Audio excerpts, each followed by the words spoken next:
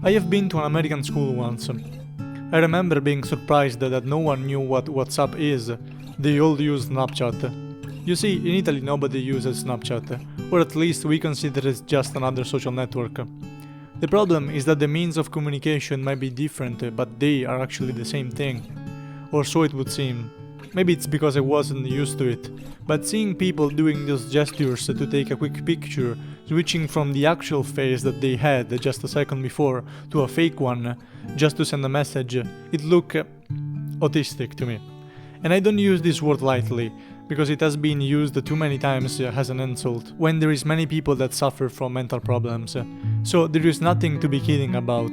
I'm not saying that they were autistic. I'm trying to say that what they were doing seemed wrong. It seemed like the wrong way the human mind should work, and it felt unnatural. And again, I'm not trying to insult Snapchat users. I just think that I need to be sincere if I want you to understand me. It surprised me that the only way to know and get in touch with people was through Snapchat.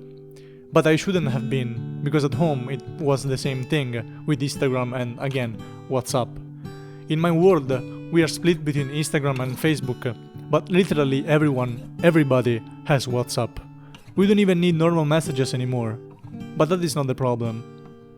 The issue here is how we perceive what is around us, how we look at things, at our city, but most importantly, how we interact with one another, how we interact with those we have close. At the beginning of internet, society was stunned by the fact that two persons with computers could see each other live, even if thousands of kilometers away. You can talk to someone on the other side of the world, they used to say. We have fallen to the other side in recent years. You never Skype people far away from you, you wait until you can see them. But you keep writing to friends, even sending pictures, if that is the case, that are actually really close to you. Have you ever thought about this? Because for me it's the first time. I am doing this video at the cost of being rude, but I think there is something fundamentally wrong with how interpersonal relationships work in our society. Among the new generations in particular, why do we say things by messages that we would never say in real life? And I don't necessarily mean bad things. When you talk to someone you intimately like, do you write the same way you talk face to face? I know I don't. Do you wait the message of someone you love with the same anxiety that you have thinking about her or him? I know I do. This is what's killing me. Waiting a line of words that can change my life for better or for worse, or at least this is what I usually expect. That the truth would come from my phone, from those words, and not from actions in the real world. And I have enough. I am tired of living a life through the web, because sometimes it's the only place where your friends are. They are not here with me, they are unreachable. We are all together in our own solitude. Sometimes I ask myself, and now I ask you, if we want to say something so badly, why we pretend it's different? I'm concentrating on love relationship, you guessed this right. What are we scared of? Of losing what little we have? But messages are nothing. We believe it's something. We think it's a lot, especially if we never had a love relationship with anyone. But it really isn't. So why we look at internet chats this way?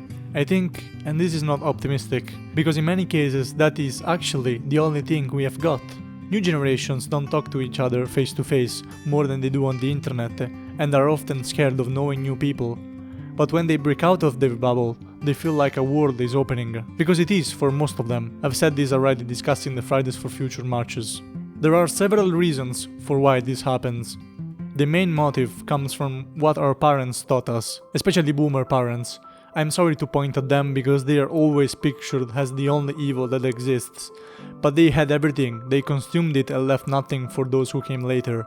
Thanks to capitalism, of course, that is really the greatest evil of our time. But parents always play the role in how a child grows up, even when they are not present. Maybe especially there. New generations grew scared. I will always remember my teachers in my early school days saying to us, "It will be your job to fix what we have left you." New generations grew insecure, because our future is insecure. You don't need a proof of that because you all know. Those who are critical of the internet believe that it was it to make us what we are. I think it's the opposite. I think we found the internet to be our greatest ally. I think we saw internet as the perfect platform to find what every human being is always looking for, other human beings. Because we needed that distance, we needed to talk through images, through walls of words. through memes and emojis, through videos just like this one. Keep in mind that when I say generations, I mean the average person in that spectrum.